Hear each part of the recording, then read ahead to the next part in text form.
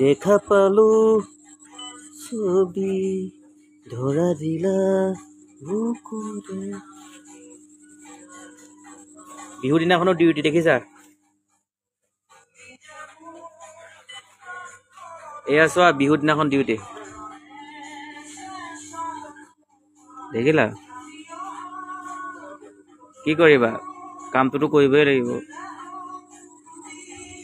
লোকে বিহুত পিঠা খাই পিনি ঘৰত শুই আছে, খাই বৈ মাছে মাংসই ডকচি খাইছে।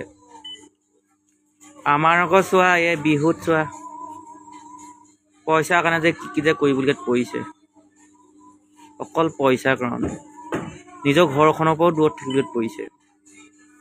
এয়ে আমাৰ ল'ৰাৰ জীৱন। সঁচাকে দেই, দেখিলে আচৰিত কথা। ভাবকচোন,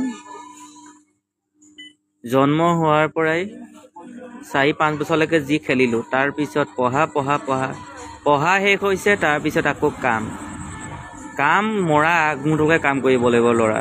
কাম নকৰিলেই চফা। যদি আপুনি কাম নকৰোঁ বেকাৰ বুলি কয়। সঁচাকৈ দেই, এয়াই আমাৰ লাইফ।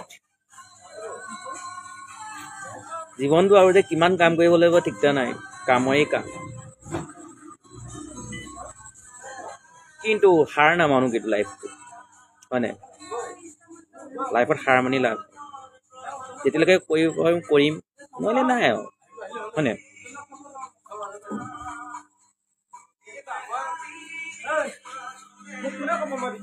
বাকী কোৱাচোন, তুমি আজি বিহুৰ দিনাখন ডিউটি কৰি কেনেকুৱা পাইছা? বহুত আনন্দ পাইছো আজি বিহুৰ দিনাখন ডিউটি কৰি। বিহু মানে আমাৰ এইফালে ল'ৰা জীৱনটো এনেকুৱাই, সেনেকুৱা সঁচাকে দেই, নিকম্মা বুলি ক'ব সেনেকুৱা।